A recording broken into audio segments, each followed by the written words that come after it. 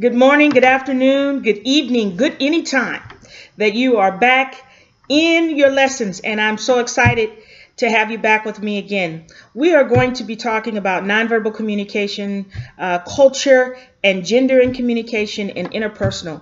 These are three exciting and fantastic chapters that I hope you will enjoy and that you will learn something from it. Listen, you got to get the book. We need the book. Everybody's got to have the book. Get the book. We need it. We need the book. Because in the book is chapter 4, 6, and 7. So I want to make sure that you get the book. Need the book. Read chapter 4, 6, and 7. Chapter 4 is going to cover nonverbal communications because, listen, actions speak louder than words. Actions speak louder than words. Your nonverbal cues, your facial expressions, how you form your eyes and your lips, and how you use your body movement, your gestures, how close you stand to people, how far away you stand from people. Those kinds of things are just as important as what is coming out of your mouth.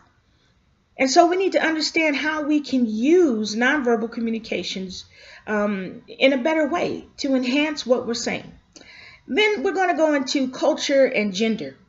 One of the things that we all have to realize is that in our daily lives, we're going to be working with and communicating with and being on teams, both at work and in our personal and social lives. We're going to be with people who are not from our neighborhoods or not from our cultural backgrounds, and we need to understand how do they engage in the communication process. And on page 153, that's page 153, it talks about the cultural values of various countries. And I think this is a very interesting thing that would help you to understand a little bit more about the cultural aspects of communicating.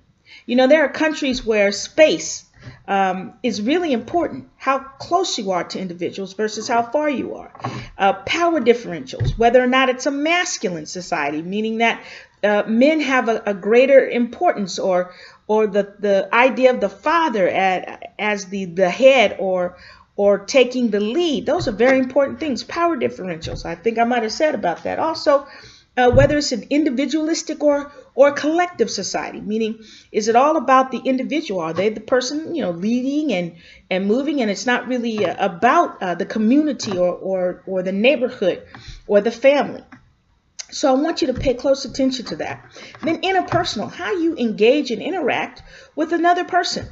Interpersonal is a formal name, but the relationship you have with your parent, the relationship you have with your girlfriend or boyfriend, the relationship you have with your sister, the relationship you have with your friends, the relationship you have with your husband or your wife or your partner or your lover, whomever. It's that relationship between you and another person.